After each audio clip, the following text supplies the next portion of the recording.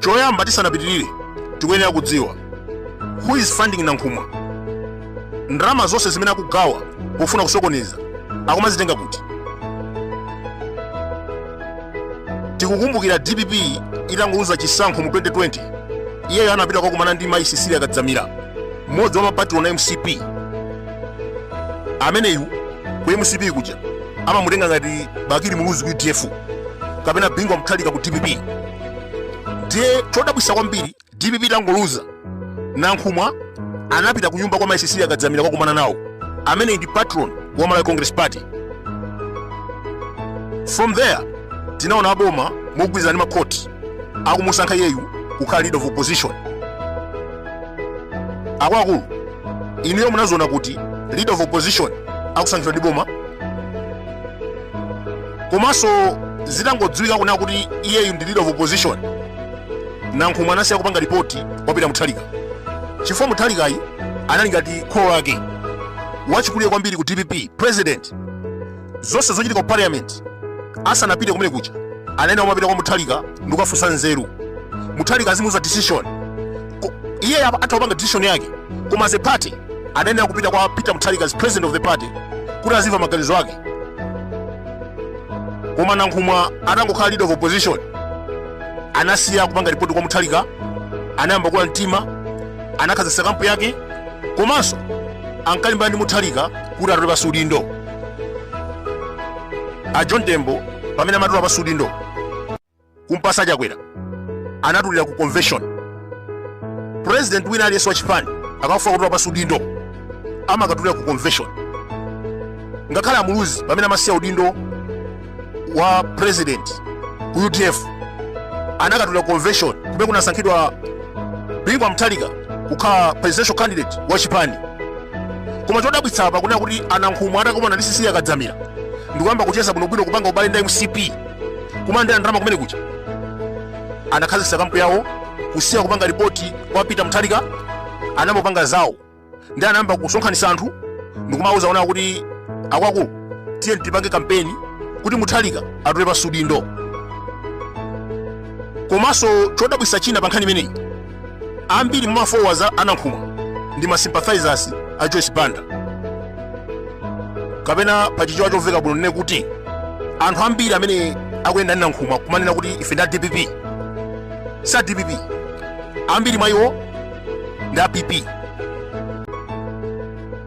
Dzulo lomweli Grazeda Jeffrey anatumidwa ndi Nankhumwa kuti ayitanitse NGC meeting.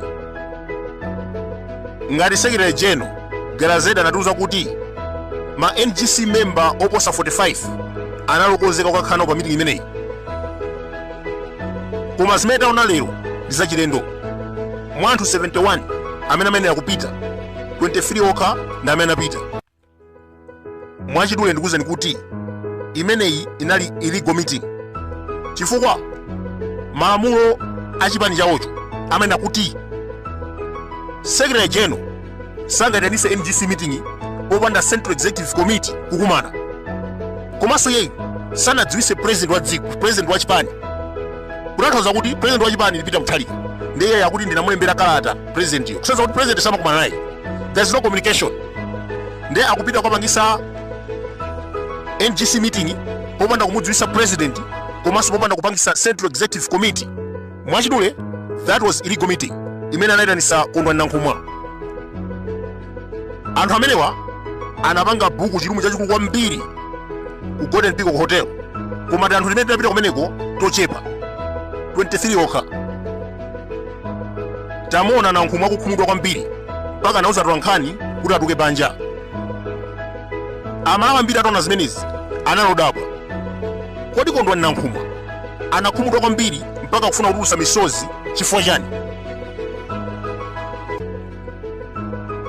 Akuluakulu tikamati democracy, it is the control of an organization by the majority of its members. Potengera ndi zimene taona lero ku Golden Peacock zaonetsatu kuti mamembala ambiri a DPP sakumukonda Nankhumwa. Uwu ndi moto wa mapesi weniweni. Bwanso UTM mapesi akanali otsafetereza, koma wawa panja penipeni. Out of 71 NGC members, 23 ndi amene anapita kusonyeza kuti majority amene ajomba ili kumbuyo kopita Mutharika.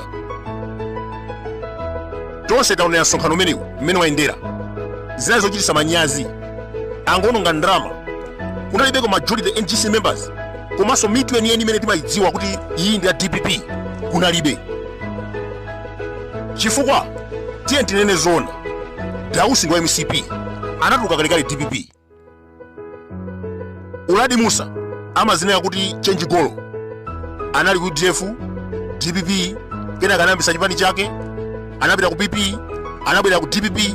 Who knows? Mwina amanonso afuna kupita ku MCP.